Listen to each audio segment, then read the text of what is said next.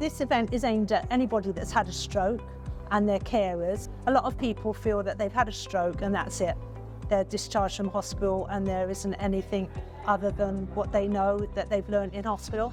But we're here to show that there is so much more information that's available. We put the event on every year for stroke survivors, and we have 5 speakers, which are stroke-specific speakers, and it's free to the public. And this is a well-needed service. I wish something like this was around when I had my first stroke. I remember when our son came out of hospital the first time, it was just that feeling of isolation, not knowing where to go and who to turn to. And there was a specialist nurse called Jason who was somebody who understood stroke, somebody understood that your life doesn't end when you have a stroke, the fact that you need to keep positive and have a can-do attitude. You know, there are things that you are going to be doing differently and there are things that you need to change, but it doesn't mean to say that you can't do them. My husband Richard had a stroke 7 years ago. I had never come across anybody that had a stroke. I didn't really know what was happening.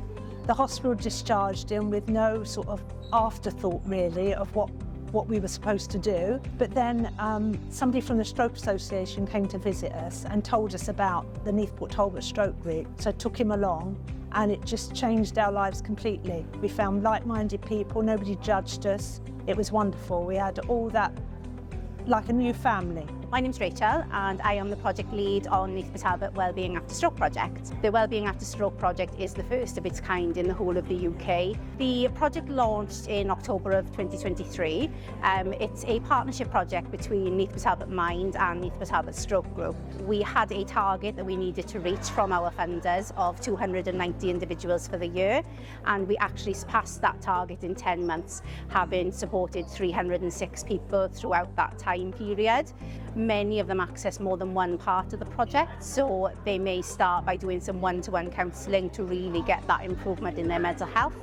They then may feel capable to move on to our psychoeducational group courses where they can meet others who have shared lived experience and support each other through what is a really challenging time in their lives. Today is the World Stroke Day information event, which is run every year by Neath Port Talbot Stroke Group.